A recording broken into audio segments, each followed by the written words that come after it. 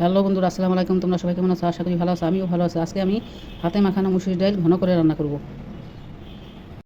মুসুরির ডালগুলো আমি ধুয়ে পরিষ্কার করে নিয়েছি। এখন মশলাপাতি মেখে নিব।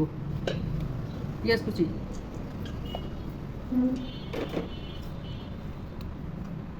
রসুন বাটা, আদা বাটা,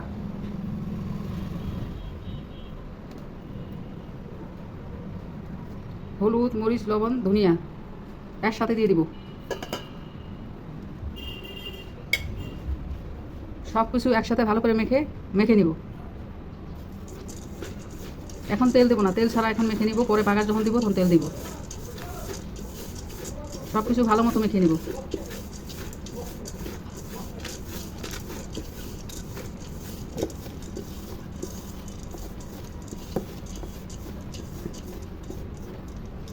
এখন পানি দিয়ে দিব।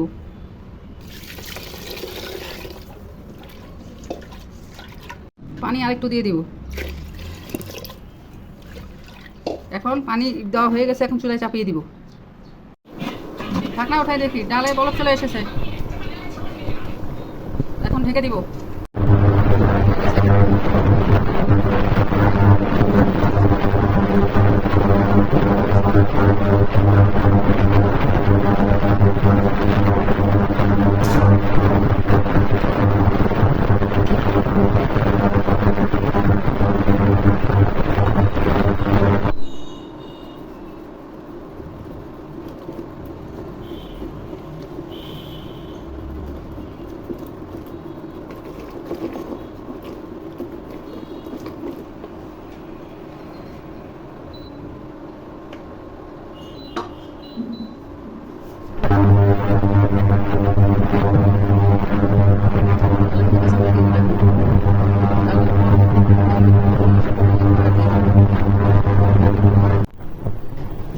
এখন কড়াইতে তেল ঢেলে দিব।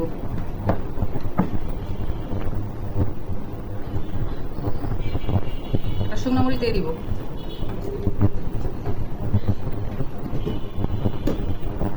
মরিচটা ভেজে নিব।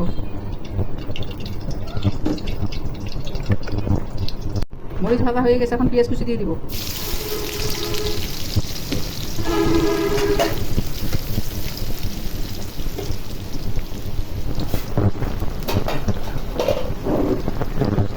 রসুন কুচি দিয়ে দিব।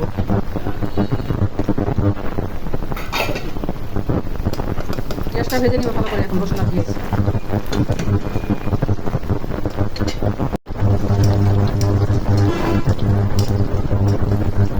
লাল করে ভেজে নিয়ে তারপর ডাল দিয়ে দিব। বাগার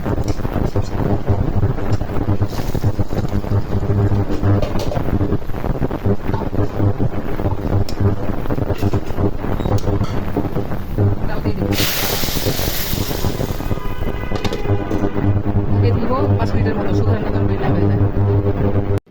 হাতে মাখানো ঘন ডাল রান্না হয়ে গেল। রান্নাটা ভালো লাগলে ইউটিউব চ্যানেলটা সাবস্ক্রাইব করো আর ফেসবুক পেজটা ফলো করো। কোথা হাফেজ, বাই বাই। নতুন কোনো রান্নার রেসিপি নিয়ে আবার আসবো।